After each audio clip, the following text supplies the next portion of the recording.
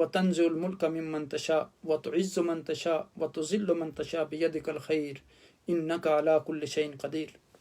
اور پھر اسی طرح آپ دیکھیں کہ اس میں عورت کا کردار بھی بتایا گیا کہ کس طرح حق کے راستے میں جو ثبات ہے وہ کس شکل میں نظر آتا ہے۔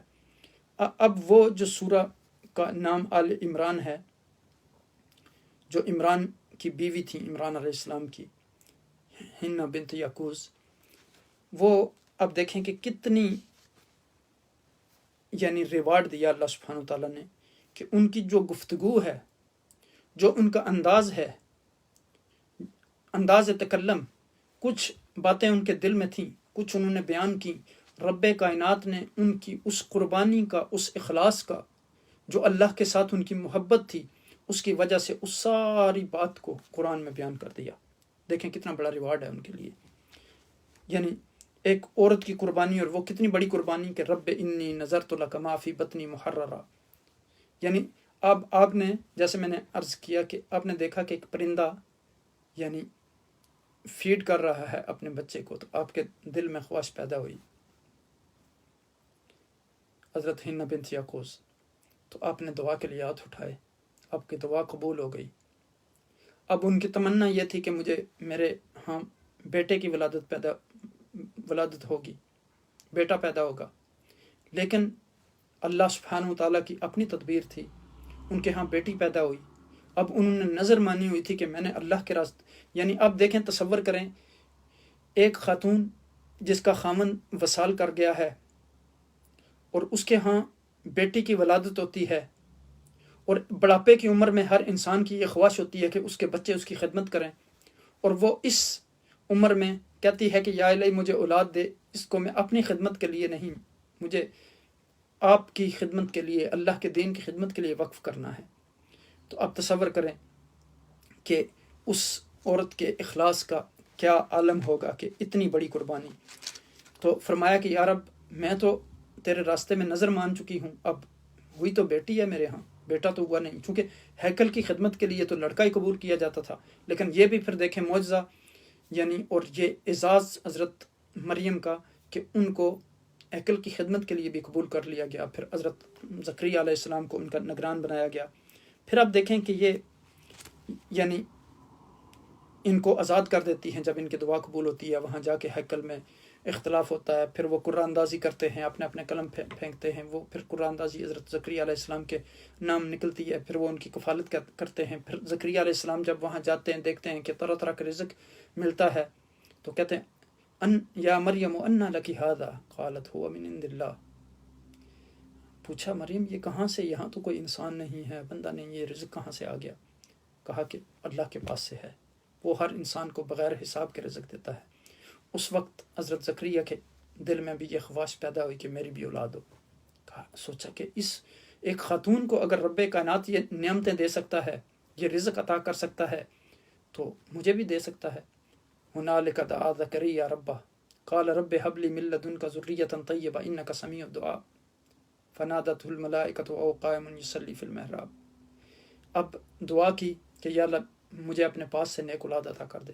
فرشتوں نے آ کے، وہ محراب میں نماز پڑھ رہے تھے، نماز کے درمیان جبریل علیہ السلام نے بشارت دی کہ اللہ سبحانہ وتعالیٰ آپ کو یبشرک بیحییٰ مصدقا بکلمۃ من اللہ وسیدا وحصورا ونبیا من الصالحین، ایسے بیٹے کی بشارت دیتے ہیں۔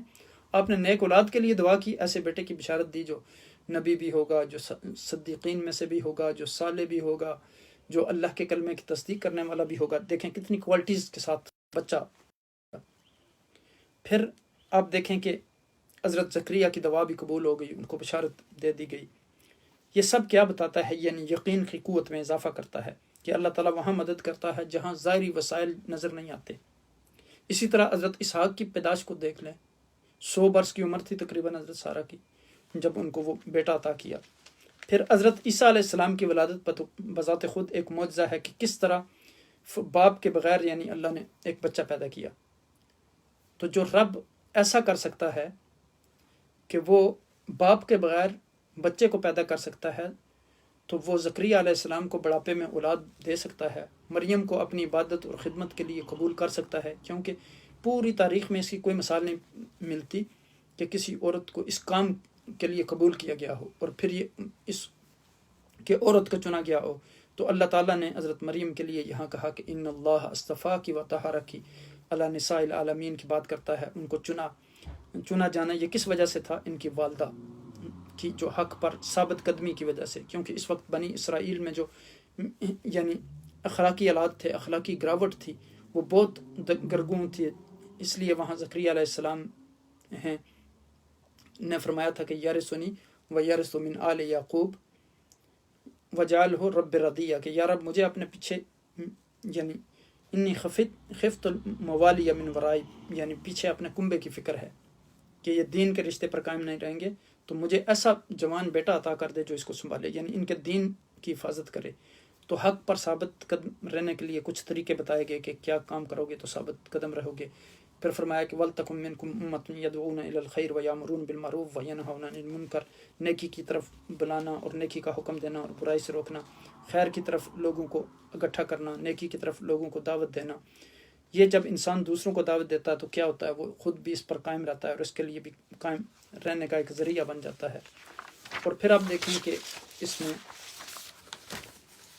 یعنی آگے اللہ تعالیٰ یہ بتا رہے ہیں کہ انسان کو کیسے اللہ سبحانہ وتعالیٰ کے سامنے تضرع، گڑ گڑانا، دعائیں مانگنا، الذین یذکرون اللہ قیاما وقعودا وعلی جنوبہم، کھڑے ہوتے ہوئے، بیٹھے ہوئے، لیٹتے ہوئے، کسی حال میں بھی وہ اپنے رب کو نہیں بھولتے، وہ اپنے رب سے ایسا مضبوط تعلق رکھتے ہیں۔ پھر آپ دیکھیں کہ سورت میں جو پہلا حصہ ہے وہ عقیدے سے متعلق ہے، جس میں وفد سے نجران کا ذکر ہے، اور جس میں وفد نجران سے بات کی گئی تو وہ نصف بنتا ہے، اور باقی نصف غزوہ احد کے بارے اوپر بات ہے، جس میں اندرونی کمزوریاں یا اخلاقی کمزوریاں اس پر بات کی گئی ہے۔ اور جو عقیدے سے متعلق جو حصہ ہے، اس میں اگر آپ آیات کو دیکھیں تو توحید کی بات ہوگی، شاہد اللہ انہ لا الہ الا ہو والملائکۃ واولو العلم قائما بالقسط ان الدین عند اللہ الاسلام من یبتغی غیر الاسلام دینا فلن یقبل منہ۔ اسی طرح تمام دوسری چیزیں ہیں جو دین اسلام کی حقانیت اور جو سچائی ہے اس پر بات آتی ہے۔ اور پھر اس کے بعد آپ دیکھیں کہ اہل کتاب کو بہترین طریقہ دین کی دعوت دی گئی، یا اہل الکتاب تعالوا الی کلمۃ سواء بیننا وبینکم الا نعبد الا اللہ۔ تو یہاں یعنی آسان طریقے سے دین کی طرف بلانا یہ بھی معلوم ہوتا ہے۔ یا اہل الکتاب لم تحاجون فی ابراہیم وما انزلت التوراۃ والانجیل الا من بعد افلا تعقلون۔ پھر اس کے بعد آپ دیکھیں اہل کتاب کے کچھ رویوں پر یہاں تنقید کی گئی، جو سورۃ بقرہ میں بھی کی گئی تھی کہ وَتَلْبِسُونَ الْحَقَّ بِالْبَاطِلِ، حق اور باطل کو آپس میں مکس کر دیتے ہیں، تو ملاتے ہیں۔ لِمَ تَكْفُرُونَ بِآيَاتِ اللَّهِ، یعنی بہت ساری آیات میں اہل کتاب کیا کر بھی خطاب کیا گیا، اور اس سے مسلمانوں کو کیا سکھانا مقصود تھا کہ تمہیں یہ کام کرنے جو اہل کتاب کر رہے ہیں یہ نہیں کرنے، اور ان کی اصلاح بھی مقصود تھی۔ پھر اس میں آپ دیکھیے کہ قرآن پاک کا عدل اور اعتدال، اہل کتاب کی تعریف بھی کی گئی، اور پھر آپ دیکھیں کہ وَمِنْ أَهْلِ الْكِتَابِ مَنْ إِنْ تَأْمَنْهُ بِقِنْطَارٍ يُؤَدِّي إِلَيْكَ وَمِنْهُمْ مَنْ إِنْ تَأْمَنْهُ بِدِنَارٍ لَا يُؤَدِّي إِلَيْكَ إِلَّا مَا دُمْتَ قَائِمًا، کہ ان میں سے بعض لوگ ایسے ہیں کہ تم انہیں ڈھیر مال بھی دو تو وہ تمہیں اب واپس کر دیں گے، اور ان میں سے بعض ایسے ہیں کہ ایک دینار بھی دو تو وہ واپس نہیں کریں گے۔ اور پھر اسی طرح لیسوا سواء من اہل الکتاب امۃ قائمۃ یتلون آیات اللہ آناء اللیل وہم یسجدون، یہ سب برابر نہیں۔ اہل کتاب میں ان میں سے کچھ ایسے لوگ ہیں جو کھڑے ہو کر اللہ کو یاد کرتے ہیں، اللہ کی آیات کی تلاوت کرتے ہیں، یعنی کتنا عدل و انصاف ہے۔ اور پھر آخر میں یہ کہ بعض ایسے ہیں جو اللہ کی آیات کو بیچتے ہیں، اس میں یعنی تعریف کرتے ہیں، جہاں ان کی یعنی خامیوں پر تنقید کی گئی وہاں ان کی خوبیوں پر تعریف بھی کی گئی، اور پھر اس بات سے روکا گیا کہ انسان اندھا دھند کسی کی پیروی کرے۔ وَإِن تُطِيعُوا فَرِيقًا مِّنَ الَّذِينَ أُوتُوا الْكِتَابَ يَرُدُّوكُمْ بَعْدَ إِيمَانِكُمْ كَافِرِينَ، یعنی ثابت قدمی کے لیے ضروری کیا ہے کہ انسان ہوش مند ہو کر جیے۔ تقویٰ کا اسی لیے بار بار حکم دیا گیا، جس طرح آج ہم اندھا دھند پیروی کرتے ہیں۔ آپ دیکھیں کہ ہمارے جد امجد حافظ عبداللہ لدھڑوی رحمۃ اللہ علیہ فرماتے تھے کہ تصوف وہی ہے جو قرآن سنت کے مطابق ہو۔ آج ہم اندھا دھند، اگر آپ کا کوئی پیر بھی ہے نا، شیخ ہے، تو اگر وہ بھی اللہ اور اس کے رسول کے راستے پر نہیں چلتا تو آپ اس کو چھوڑ دیں۔ شرط ہے اس کے لیے کہ کیوں آپ اس کو پیر بناتے ہیں اور شیخ بناتے ہیں؟ کہ وہ آپ کو اللہ کے قریب کرے۔ تو اگر وہ خود اس چیز پر عمل نہیں کرے گا تو پھر یہ کیسا تصوف ہے؟ اس لیے لا طاعت لمخلوق فی معصیت الخالق، جب اللہ کی نافرمانی ہو رہی ہو پھر مخلوق کی جو ہے وہ اطاعت نہیں کی جا سکتی۔ اور پھر یہ آپ دیکھیں کہ یہاں ہوش و حواس کے ساتھ، دین کی سمجھ کے ساتھ تم اس راستے پر چلو۔ پھر اختتام پہ آپ دیکھیں کہ پھر ثابت قدمی کا سبق ہے اور حوصلہ افزائی کی گئی ہے کہ وَإِن تَصْبِرُوا وَتَتَّقُوا، یعنی اگر تم صبر کرو تو لا يَضُرُّكُمْ كَيْدُهُمْ شَيْئًا، تمہیں پھر کوئی بھی ان کا جو الہ ہے وہ نقصان نہیں پہنچائے گا۔ پھر فرمایا یا ایھا الذین آمنوا اصبروا وصابروا ورابطوا واتقوا اللہ لعلکم تفلحون، بلا ان تصبروا وتتقوا ویاتوکم من فورہم ھذا یمددکم ربکم بخمسۃ آلاف من الملائکۃ مسومین۔ اللہ اکبر۔ پھر دعائیں مانگنے کی طرف متوجہ کیا گیا اور اللہ کی طرف رجوع کرنے کی بات کہ سارعوا الی مغفرۃ من ربکم وجنۃ ارضها السماوات والارض اعدت للمتقین۔ اب فرمایا کہ نیکیوں میں سبقت اختیار کرو اس جنت کی طرف کہ جس کی لمبائی اور چوڑائی یہ زمین اور آسمان ہیں، جو متقین کے لیے تیار کی گئی ہے۔ یعنی مغفرت کی طرف دوڑو، یعنی دعا مانگتے وقت اللہ سے بخشش چاہنے کے لیے سستی نہ کرو۔ پھر فرمایا کتنا بہترین خوشخبری دی، ولا تہنوا ولا تحزنوا وانتم الاعلون ان کنتم مؤمنین، غم نہ کرو، گھبراؤ نہیں، اگر تم مومن ہو تو کامیاب تمہیں ہی ہونا ہے، فلاح تمہیں ہی ملے گی۔ پھر آپ دیکھیں یہاں کہ آگے فرمایا کہ آزمائش تو آئے گی، اس راستے میں ابتلا آئے گی، تم آزمائے جاؤ گے۔ ام حسبتم تدخلوا الجنۃ ولما یعلم اللہ الذین جاہدوا منکم ویعلم الصابرین، اور پھر لتبلون فی اموالکم وانفسکم وَلَتَسْمَعُنَّ مِنَ الَّذِينَ أُوتُوا الْكِتَابَ مِنْ قَبْلِكُمْ وَمِنَ الَّذِينَ أَشْرَكُوا أَذًى كَثِيرًا، کہ تم اس راستے میں آزمائشوں کا سامنا ہوگا اور آزمائشوں کے موقع پر تم نے صحیح راستہ اختیار کرنا ہے۔ اگر تم نے صحیح راستہ اختیار کیا، صبر سے کام لیا، ثابت قدمی اختیار کی، تو اس کا فائدہ کیا ہوگا؟ اللہ کی طرف سے مدد آئے گی۔ صبر و تقوی میں پھر لیڈرشپ کا جو کردار ہے وہ بھی بتایا گیا کہ فَبِمَا رَحْمَةٍ مِّنَ اللَّهِ لِنْتَ لَهُمْ وَلَوْ كُنْتَ فَظًّا غَلِيظَ الْقَلْبِ لَانفَضُّوا مِنْ حَوْلِكَ۔ اللہ اکبر۔ نبی اکرم صلی اللہ علیہ وسلم کو بتایا گیا کہ اگر آپ رحم دل نہ ہوتے تو یہ لوگ آپ کے ارد گرد اکٹھے نہ ہوتے۔ لیڈرشپ کی کوالٹی کیا ہے؟ کہ لوگوں کے ساتھ معاملہ نرمی کے ساتھ ہو، اگر ان سے غلطی بھی ہو جائے تو ان کو معاف کر دیا جائے، ان کے معاملے میں مشورہ رکھا جائے، اور پھر کچھ ایسی چیزوں سے پھر بچنے کا حکم دیا گیا جو انسان کے اندر کمزوری پیدا کرتی ہیں۔ پھر کچھ ایسی یعنی وہ ماں کی محبت ہے، اور اس لیے ربا کی حرمت کا ذکر بھی آیا ہے کہ ربا کو چھوڑ دو، اور اس کے ساتھ خاص طور پر عورت کا جو کردار، اسے خاص طور پر وہ بہت خوبصورت طریقے سے اجاگر کیا گیا اس صورت میں، جو بیسیکلی اگر دیکھا جائے تو آل عمران جو ہے یہ ایک عورت کی کہانی ہے، اور ایک عورت کی ثابت قدمی اور اخلاق اور دین پر جماؤ کی بات ہے اس صورت میں۔ اس لیے پھر اگلی صورت ہی النساء ہے۔